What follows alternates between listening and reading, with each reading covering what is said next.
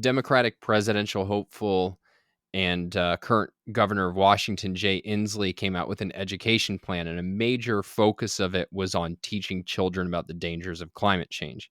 So there's just a couple things from his website. He didn't go into great detail, but he says that the Department of Education has a critical role to play in ensuring our education system is preparing students at every level to help solve the climate crisis. And by every level, he means K through 12.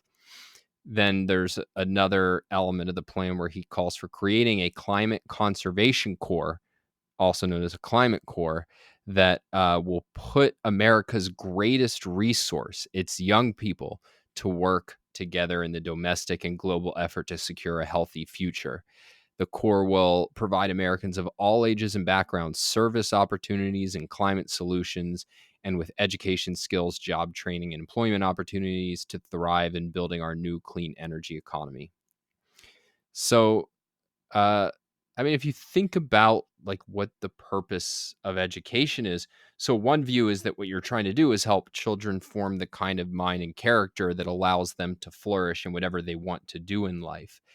And the other, and uh, I mean, this is if you go back to the kind of educational theories that were in place when we created the public school system, unfortunately, which were, hey, Stefan, mainly inherited from Germany.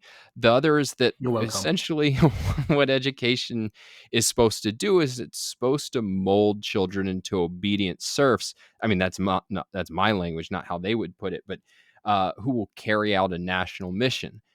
And I think you can guess which one this is. And I mean, in a proper education, you don't ram controversial, complex scientific conclusions down kids' throats in order to turn them into a quote resource for your ideological mission.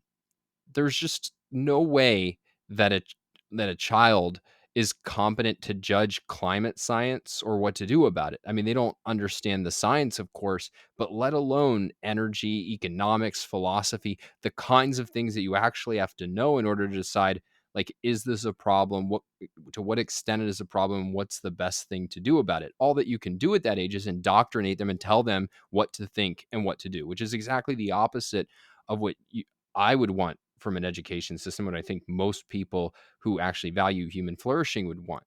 And I mean, this is true even if you think that climate is a problem. Like, even if you think, yeah, this is a real problem, you shouldn't want a bunch of indoctrinated like people running around doing your bidding.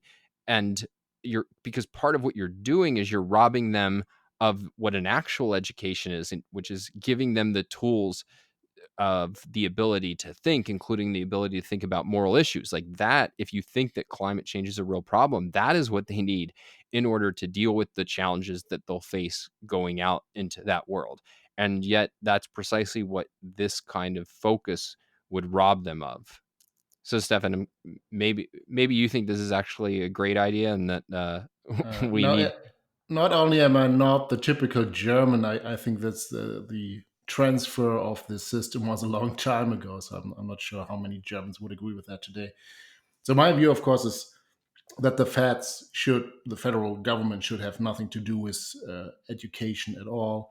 But to me, it's fascinating how people go to this, and I'm sorry, I don't have a different word for that, but these fascist approaches. So they are teaching like kids, and they are saying particularly, well, we need to get them young and get them sort of content instead of method, right? So we don't want them to be good thinkers. We want them to be right thinkers. We want to set them on a track where they already quote unquote know things like how bad climate change will become and what will be necessary to that. So you can imagine what kind of content will there be in the curriculum, something like how renewables can save the planet and so on. And there's no way kids and even young students can critically assess it, or most of them will not be able to critically assess it. And most of them look at teachers and think, oh yeah, they are saying the truth all the time, they have it right. And it seems like very very difficult to get away from that at a later stage when the government has already decided what you should think from an early age on. That's a very, And I have to repeat it, it's a fascist approach to me. Yeah, I mean, so one of the themes of this podcast is just the completely non-objective way that climate and environmental issues more broadly are discussed in the media and in public.